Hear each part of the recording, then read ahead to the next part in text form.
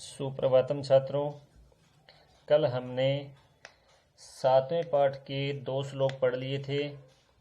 आज हम तीसरा श्लोक शुरू करेंगे, अर्थात हम तीसरा, चौथा, पांचवा तीनों श्लोक ही आज पढ़ लेंगे। तो आज 7वां पाठ भी लगभग कंप्लीट हो जाएगा। तो हम सबसे पहले देखेंगे तीसरा श्लोक है, न जातु दुखम गणनीयम। जातु का मतलब है उत्पन्न हुए, दुखम का मतलब है दुखों की, नए गणनीयम का मतलब गणना करनी चाहिए। अर्थात कवि हमें कह रहे हैं कि मुझे कभी भी उत्पन्न हुए दुखों की गणना नहीं करनी चाहिए। न च निज सौख्यम मननीयम, और न ही निज सौख्यम का मतलब है मुझे अपने सुखों को, न मननीयम का मतलब है मानना चाहिए, न ही मुझे अपने सुखों को कभी मानना चाहिए। कार्य क्षेत्र त्वरणीयम, और कार्य क्षेत्र में मुझे त्वरणीयम का मतलब है शीघ्रता करनी चाहिए। कार्य क्षेत्र में मुझे शीघ्रता करनी चाहिए। और लोकहितम करणीयम, मुझे लोकहित करना चाहिए। मुझे जातु का मतलब उत्पन्न हुए दुखों की गणना नहीं करनी चाहिए।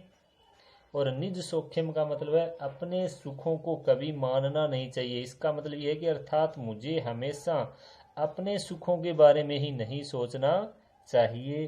कार्य क्षेत्र त्वरणीयम, कार्य क्षेत्र में मुझे शीघ्रता करनी चाहिए। अर्थात मैं या हम जहाँ भी कोई भी काम करते हैं तो उसमें हमें शीघ्रता करनी चाहिए, उसमें हमें शीघ्रता से उस काम को कंप्लीट करना चाहिए और लोकहित मुझे करना चाहिए। ठीक है, तो इस श्लोक में भी कवि हमें लोकहित करने की प्रेरणा दे रहे हैं। आगे हम देखेंगे शब्दार्थ। जातु का मतलब होता है उत्पन्न हुए। ठीक है, यहाँ आ गया मुझे उत्पन्न हुए, मुझे उत्पन्न हुए। दुखम का मतलब दुखों की, नए गणनीयम का मतलब गणना नहीं करनी चाहिए। मुझे उत्पन्न हुए दुखों की कभी भी गणना नहीं करनी चाहिए। और न ही कभी निज सौख्यम, अपने सुखों को, मननीयम मानना चाहिए। कार्य क्षेत्र में त्वरणीयम शीघ्रता करनी चाहिए। और लोकहितम का मतलब है लोकहित, मम मानी मुझे, करणीयम यानी करना चाहिए। तो यहाँ से अनुवाद बनेगा, मुझे उत्पन्न हुए दुखों की गणना नहीं करनी चाहिए और न ही कभी अपने सुखों को मानना चाहिए। और कार्य क्षेत्र में शीघ्रता करनी चाहिए और लोकहित मुझे करना चाहिए। ठीक है, अब हम देखेंगे प्रसंग देखेंगे और हिंदी अनुवाद और व्याकरणात्मक टिप्पणी। प्रस्तुत श्लोक हमारी संस्कृत की पाठ्यपुस्तक स्पंदना के लोकहितम मम करणीयम नामक पाठ्यपुस्तक से लिया गया है। इस पाठ के रचनाकार श्रीधर भास्कर वर्णेकर हैं। इस श्लोक में कवि मनुष्यों को अपने दुख सुख को न मानते हुए सदैव लोक कल्याण करने की प्रेरणा देते हुए कह रहे हैं कि, यहाँ तक तो सभी श्लोक में आ जाएगा, आगे श्लोक से संबंधित है। इस श्लोक में क्या बताया गया है कि मनुष्यों को अपने दुख सुख को न मानकर हमेशा लोक कल्याण करने की प्रेरणा करते रहना चाहिए। अर्थात अपने सुखों के बारे में न सोचकर मनुष्य को हमेशा परोपकार करते रहना चाहिए। क्या करते रहना चाहिए? परोपकार। फिर अनुवाद में है, मुझे उत्पन्न हुए दुखों की गणना नहीं करनी चाहिए और न ही कभी अपने सुखों को मानना चाहिए। कार्य क्षेत्र में हमेशा शीघ्रता करनी चाहिए और लोकहित मुझे करना चाहिए। व्याकरणात्मक टिप्पणी में क्या आ जाएगा? गणनीयम, मननीयम, करणीयम, इनमें गण प्लस अनियर प्रत्यय, मन प्लस अनियर प्रत्यय और क्री प्लस से अनियर प्रत्यय, तीनों में अनियर प्रत्यय के एग्जाम्पल हैं। 3 या 4 तो आपको हर हाल में मिलेंगे अनियर प्रत्यय के प्रत्येक श्लोक में। पहले श्लोक में 3 है, बाकी में 4 एग्जाम्पल हैं, तो आप 3 या 4 लिख सकते हैं। ठीक है, अब हम देखेंगे चौथा श्लोक। चौथे श्लोक में है, दुख सागरे तरणीयम, कष्ट पर्वते चरणीयम, विपत्ति विपिने ब्रह्मणीयम, लोकहितम मम करणीयम। ठीक है। दुख सागरे का मतलब है मुझे दुख रूपी सागर में, तरणीयम का मतलब है तैरना चाहिए। कवि कह रहे हैं कि मुझे दुख रूपी सागर में, यहाँ से देखो शब्दार्थ बाद में देखेंगे।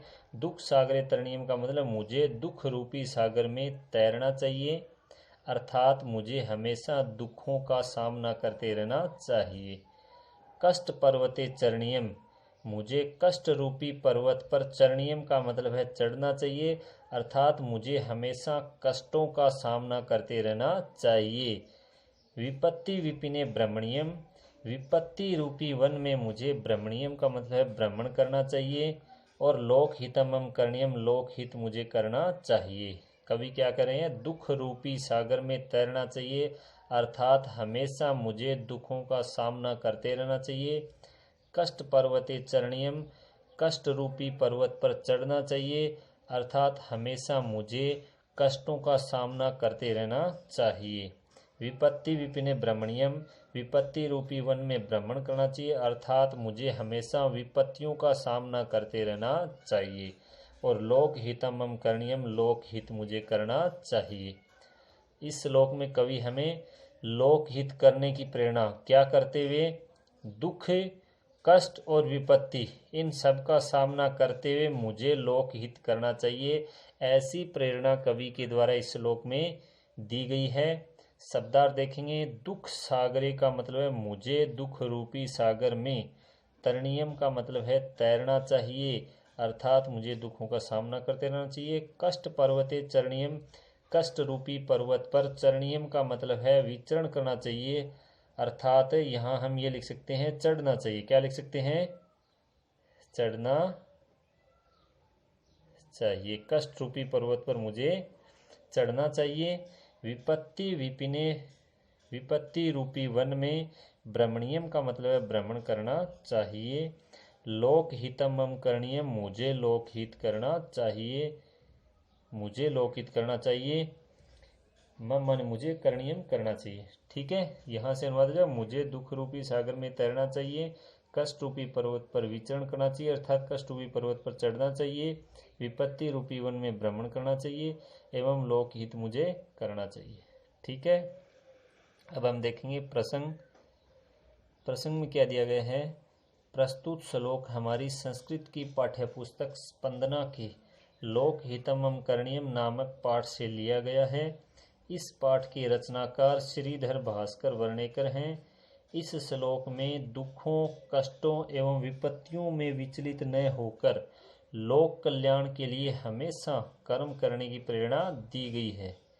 और फिर कवि कह रहे हैं कि ये लिख देंगे हम, ठीक है, दुखों कष्टों एवं विपत्तियों में विचलित न होकर लोक कल्याण करने के लिए कवि हमें प्रेरणा दे रहे हैं, प्रोत्साहित कर रहे हैं।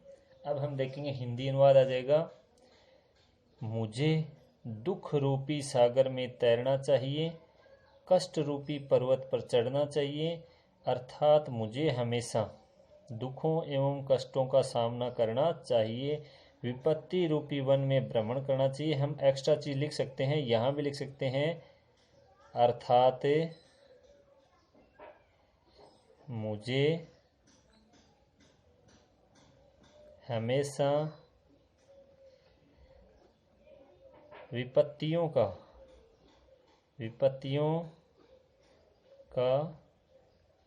सामना करना चाहिए, अर्थात हमें हमेशा विपत्तियों का सामना करना चाहिए। और लोकहित मुझे यहाँ लिख देना ये लाइनें, एवं लोकहित मुझे करना चाहिए। ठीक है, फिर व्याकरणात्मक टिप्पणी में क्या है, वही 3 एग्जाम्पल हैं अनियर प्रत्यय के। तरणीयम, चरणीयम, भ्रमणीयम। त्रि प्लस अनियर प्रत्यय, चरणीयम में चर प्लस अनियर प्रत्यय, और भ्रमणीयम में भ्रम प्लस से अनियर प्रत्यय। ठीक है, ये हो गया चौथा श्लोक। अब हम देखेंगे 5वां श्लोक, 5वां एवं अंतिम श्लोक। इस पाठ का अंतिम श्लोक है। गहन आरण्य घनांधकारे बंधु जना ये स्थिता गहवरे, गहवरे है के नीचे वह दे रखा है श्लोक में। तत्र मया संचरणीयम लोकहितमम करणीयम। गहन आरण्य का मतलब है घने जंगल में, अर्थात घने वन में, घनांधकारे का मतलब है घने अंधकार में, घनांधकार का मतलब क्या है, घने अंधकार में। और गहरे गहवरे, गहवरे का मतलब है गुफाओं में। ये मानी जो, बंधुजना का मतलब है भाई बंधु, स्थिता का मतलब है स्थित हैं। गहरे जंगल में, घने अंधकार में और गुफाओं में जो भाई बंधु स्थित हैं। तत्र मानी वहाँ, मया मानी मेरे द्वारा, संचरणीयम का मतलब विचरण करना चाहिए, वहाँ मुझे विचरण करना चाहिए, अर्थात मुझे उनकी सहायता करनी चाहिए और लोक हित मुझे करना चाहिए। तो कवि क्या कह रहे हैं कि गहरे जंगल में, घने अंधकार में और गहवरे का मतलब गुफाओं में, ये का मतलब जो भाई बंधु स्थित है यानी स्थित हैं, तत्र मानी वहाँ पर मुझे विचरण करना चाहिए और लोक हित मुझे करना चाहिए। अब शब्दार्थ देखेंगे। गहन अरण्य का मतलब है गहरे वन में, घनांधकारे का मतलब है घने अंधकार में, गहवरे का मतलब है गुफाओं में, ये का मतलब है जो, बंधुजना का मतलब है भाई बंधु, स्थिता है यानी स्थित हैं, तत्र मानी वहाँ पर, मया मानी मुझे, संचरणीय यानी विचरण करना चाहिए, एवं लोकहितम मानी लोकहित मम करणीय मुझे करना चाहिए, एवं लोकहित मुझे करना चाहिए। अनुवाद हो जाएगा, गहरे वन में, घने अंधकार में, गुफाओं में जो भाई बंधु स्थित है वहाँ पर मुझे विचरण करना चाहिए एवं लोक हित मुझे करना चाहिए, अर्थात विचरण करने का मतलब है मुझे उनकी रक्षा करनी चाहिए। फिर आगे है प्रसंग। प्रस्तुत श्लोक हमारी संस्कृत की पाठ्य पुस्तक स्पंदना के लोक हितमम करणीयम नामक पाठ से लिया गया है। इस पाठ के रचनाकार श्रीधर भास्कर वर्णेकर हैं।